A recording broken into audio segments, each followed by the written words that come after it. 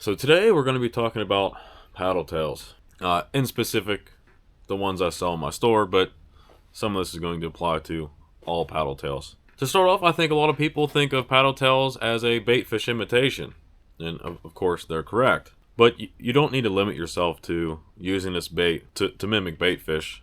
You could also mimic crawfish with it by simply changing the color and changing your presentation and size. And I think that's where my bigger paddle tail design that I have in my store is really meant for.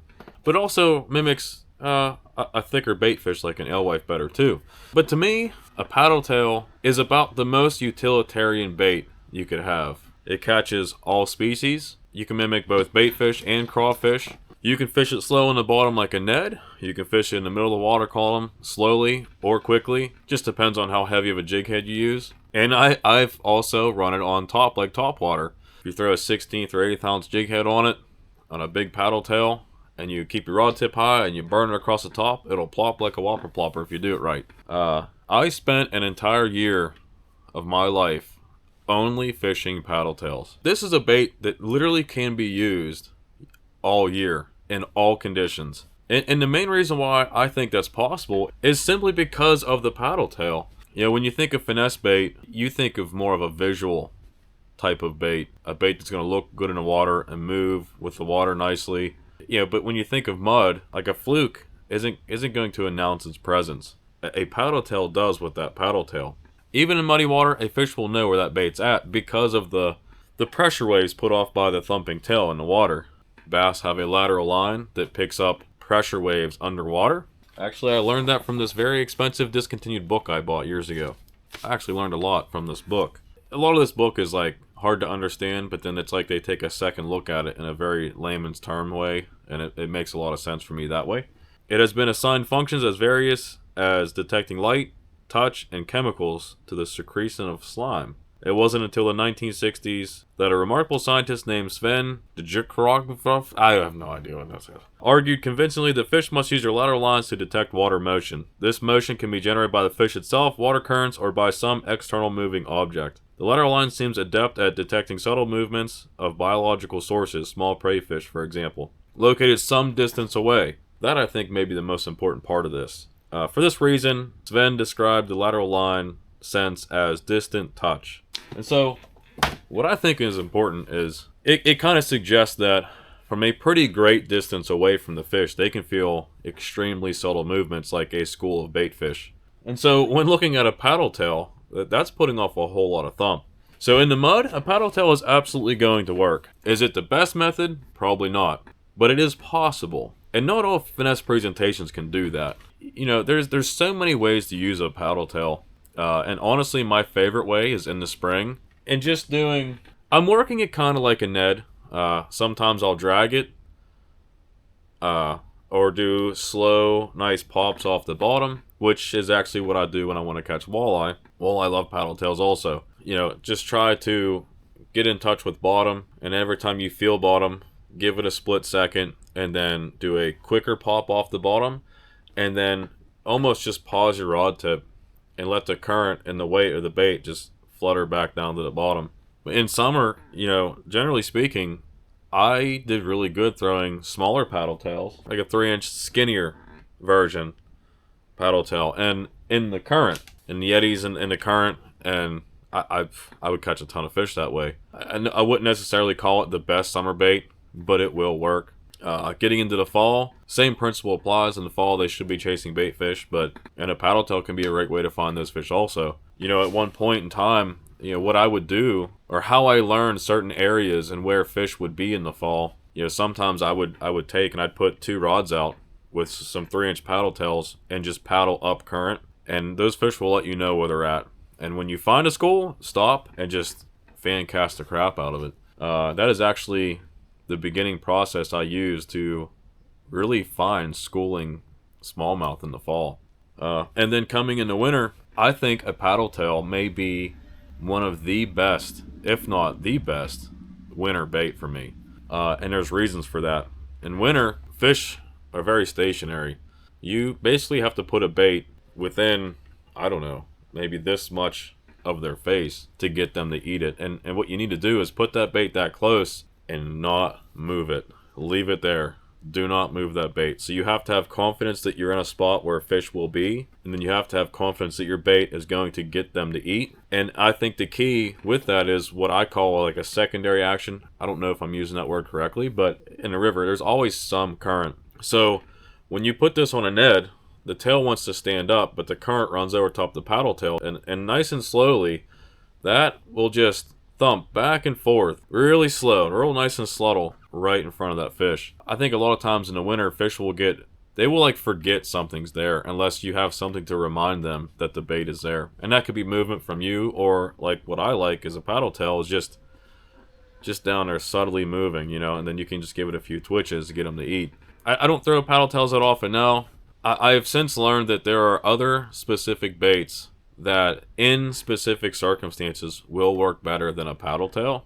But if you're somebody that just likes to go out and fish, and you just want to catch some fish, and you want a reliable bait, to me, it's a paddle tail, 100%. Again, it'll just work in almost every condition at any time of the year if you use it correctly, and if you are good at picking the correct weights and stuff like that. At some point in time, I asked myself, like, yeah, I know that's a bait fish profile if you cut the tail off, but, you know, there's nothing out there that really has that flap at the back when you're talking about finesse fishing and just letting this thing soak like a Ned. You know, I knew it worked, but I always wondered, like, why do they like to eat this so much? And I think in this book, I stumbled across the reason. I believe this book was created by somebody in Berkeley. Dr. Keith Jones, I think he worked for Berkeley at the time or something. I'm not positive. It's been a couple years since I read this book. But anyways, they did a test with using crayfish and seeing how often a bass would choose to eat a crawfish, depending on what members of the crayfish were missing. And when I used to fish live crayfish, I would remove the claws, not just for myself so that I wouldn't get pinched handling them, but it did seem to me like they tend to eat them better than if it had the claws still on it.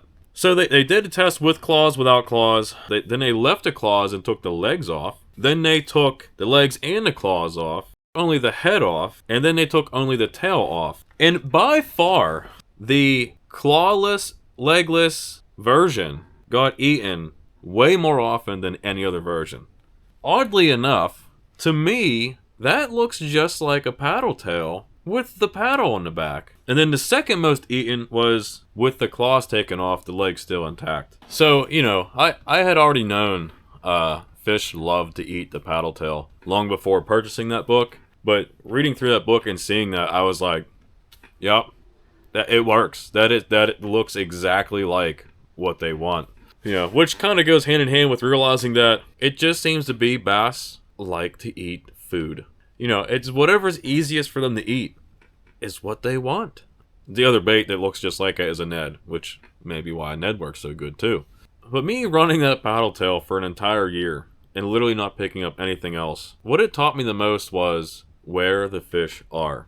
Because I knew they were going to eat the paddle tail at any point in time. It was more about me finding the fish. You know, I didn't know it at the time, and that really led me into technically targeting what I am calling our migratory fish. And it lends itself towards me fishing in areas that normal people don't really fish. Your typical bass fisherman, when fishing a river, just targets the bank all the time, which I do too, but I have no examples of this year because of the current situation in the river, but I would target middle of the river at certain times for certain reasons, which tend to be schooling fish in the fall, super aggressive fish in fast water. But so far this year, none of that's really happened, and of course I've talked about that in the past.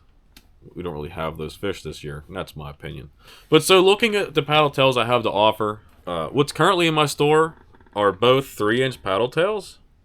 One is a slimmer, thinner, like a Kitech Easy Shiner, and then a thicker, beefier, ribbed version that is also still 3 inches. I think 3 inches is a sweet spot. You know, maybe in the fall you'd want to go a little bit longer, a little bit bigger. I personally don't like to go any smaller than the 3-inch skinny, like Easy Shiner. I mean, I've caught giants on that bait too, that tiny little paddle tail. So like if you just want to catch fish, that skinnier version will just straight catch fish You know, if you and for me, when I want to target a bigger fish, I will switch up to the thicker version. And the benefit of the thicker version being ribbed is that it has more surface area to the bait, which to me will get coated with scent. Will have more of a scent coating to it, and will tend to last longer because no matter what, it's not getting rubbed off because you have these valleys that doesn't touch anything. My rib version is more of a matte finish because it is a cast mold, which I actually really like. I think it makes it look more natural. I don't know how else to describe it other than it just looks more lifelike being that matte finish. But a little bit of a confession to make, which I think I've mentioned this before, but my thinner version, I do not make. And actually, it is the last thing in my entire store that I don't personally make, which has kind of been bugging me. So the next change to my paddle tail lineup will be I've bought my own mold so that I can make my own and out of my colors. Very similar in size. Mine will be slightly thicker, but very similar. A little bit bigger paddle tail. Just saying up front, I will not be making these in laminates where you have a darker color on top, a lighter color on the bottom. Personally, I don't think it makes a bit of difference. The fish will eat it either way. But for me, the reason why I don't want to do that is when you shoot a laminate, you have a... Let me grab a mold. So in a mold, you have a sprue, right? This is where you inject here, plastic goes through and spreads out and fills out the bait. In a laminate, you'll have a color on each side of that sprue that essentially just gets thrown away because you now have both colors mixed together. I can't just throw that back in a pot and remelt that and use it for another bait. You can, but then you'd have to make like a super saturated color with it. That way you can make it something, and you can't really determine what color it's going to be because it's already mixed. So essentially, in my mind, if I do a laminate, I'm wasting half of my plastic, and I don't want to do that. Again, my personal take is that laminate in a paddle tail is not going to catch you more fish. I think I've caught a few fish on this already. I'm almost a little paddle tailed out still after all these years because how much I used a paddle tail in my life. That was my first progression after using curly tail grubs. That was my go-to before paddle tails. This with the bigger paddle tail does give this paddle tail like a little bit more of a body roll to it, which I think is nice. You know, you've been seeing the whole jig head minnow thing with all the live scopers out there just pumping this thing, and that's getting them to get a body roll in that bait. And this kind of does a little bit of that on its own. As for rigging, my thinner paddle tail, I just like to throw it on like an 1/8 ounce jig head. Sometimes a 1/16. Like in summer, I'll do a 1/16. And I'll even go up to a 3/16 on this little paddle tail. Sometimes I'll throw a 1/4, but usually not. I generally do a 1/4 on my rib paddle tail because the paddle's so big, it needs a little bit extra weight. But you can go lighter than that also. And a lot of times I will throw it on my Ned. Especially if I'm going to be fishing it for winter, extremely slow on bottom. I'll put it on my Ned. It works just great that way. And you have the added benefit of it being weedless, which is nice. But to me, honestly, for that whole year of using a paddle tail, I only ever used the jig head. It's cheap, it's efficient, it works, it's an open hook, so you're going to hook them for the most part. To me, you can't really beat just a regular old unpainted jig head. I do also sell what I call a belly-weighted swimbait hook, which will go inside, internally weighted, which you don't see me doing often, but it does give it like a super finessey look. The lead's completely hidden. It just looks like the paddle tail, and that's it. And what that really does is it allows it to have a whole lot of body roll to it automatically. No need to twitch your rod tip to get a body roll. It'll just do it on its own. So I do want to mention one downfall of selling a paddle tail, and that is packaging. All of my baits, my soft plastics, will basically come in a bag like this, and I keep it cheap by I buy address labels and put my YouTube logo on it. Then I have a little bit of room to like write what size or something. But the downfall of this is with paddle tails, well, soft plastics in general. After I make it, I let it cure for a day or two, and that helps like the plastic kind of toughen up. In that time, if you don't have your plastics laying the way you want them to look, they will kind of conform to where they're laying. So paddle tails, I'll hang them up for a day before I take them off the sprues. But overall, no matter what, I still end up putting it in this regular old plastic bag. which will make the tails sit not perfectly straight. Isn't really an issue. If these stay in the bag for, I don't know, a few months, they're gonna start to conform to the bag. But all of my paddle tails are made with super soft plastic, so even if the tail has a little memory to it, the plastic's so soft, it's still gonna kick and do the correct thing it needs to do. You know, if I wanted to buy clamshell packaging for paddle tails, it would be extremely expensive. I don't see that necessary to do. I have yet to grab one of my paddle tails out of the bag and be upset with how it works. You know, even after sitting in my book bag for months. But I just want to throw it out there that yes, to improve quality, I would have a clamshell package, but I'm not paying $1 a piece for packaging for some paddle tails. I think that about covers it. You know, every time I make one of these videos, I think, oh, maybe I should have said this or that. You know, or while I'm editing this, that's when I'm like, oh man, I should have said something. Yeah, if there was a single bait in the world that somebody came up and asked me, hey, I just need to catch a fish, what would you suggest? I would literally hand them a bag of jig heads and a bag of paddle tails and throw a little bit of scent on it and say, have fun. Because it literally catches everything. I've caught catfish, I've caught suckers, walleye, smallies, largemouth, trout, sauger, hybrid, striped bass, wipers, perch, crappie, bluegill. I am probably forgetting something, but I am not kidding you. Everything will eat a paddle tail. Especially if you put a little bit of scent on it. I think that's, honestly, I think when it comes to finesse fishing, if you don't put scent on your baits, you're not going to do as good.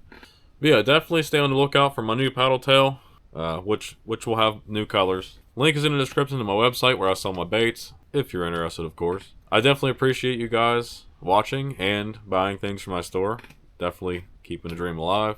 Hopefully this helps you guys catch some fish. I'll see you next time.